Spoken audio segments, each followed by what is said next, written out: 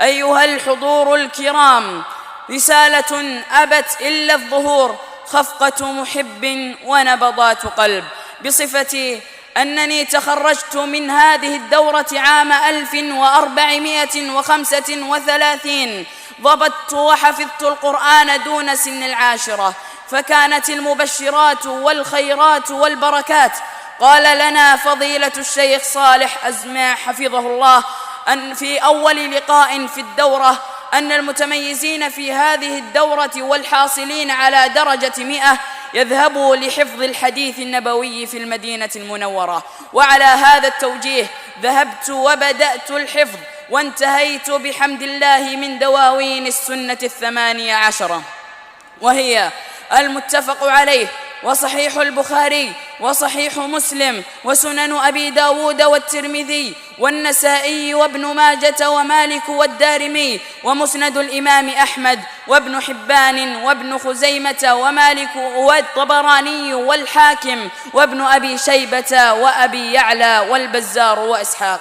وكان مجلس الختم الشهر الماضي في بريدة، وهذا من آثار هذه الدورة المباركة الفريدة من نوعها، العظيمة في نتائجها، الكثيرة في خيراتها وبركاتها. ومن بركاتها أيضا حضوركم أيها الكرام.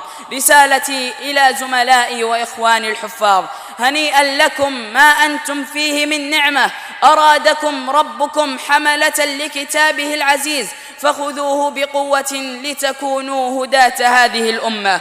فأعظم الأعمال التي يحبها الله ويرضاها هي حفظ كتابه ونشره وتعليمه، فيا لفوز من نال خيرية تعلم القرآن ولحق بركب أولي الفضل والإحسان.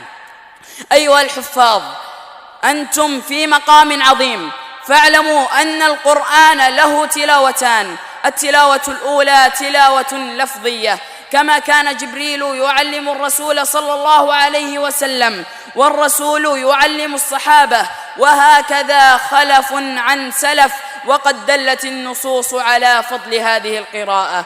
والثانية حكمية، تلاوة حكمية عليها مدار الشقاوة والسعادة، وهي العمل بهذا القرآن.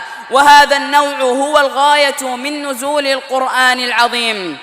فإما يأتينكم مني هدى فمن اتبع هداي فلا يضل ولا يشقى، لا يضل ولا يشقى لأنه عمل بالقرآن العظيم.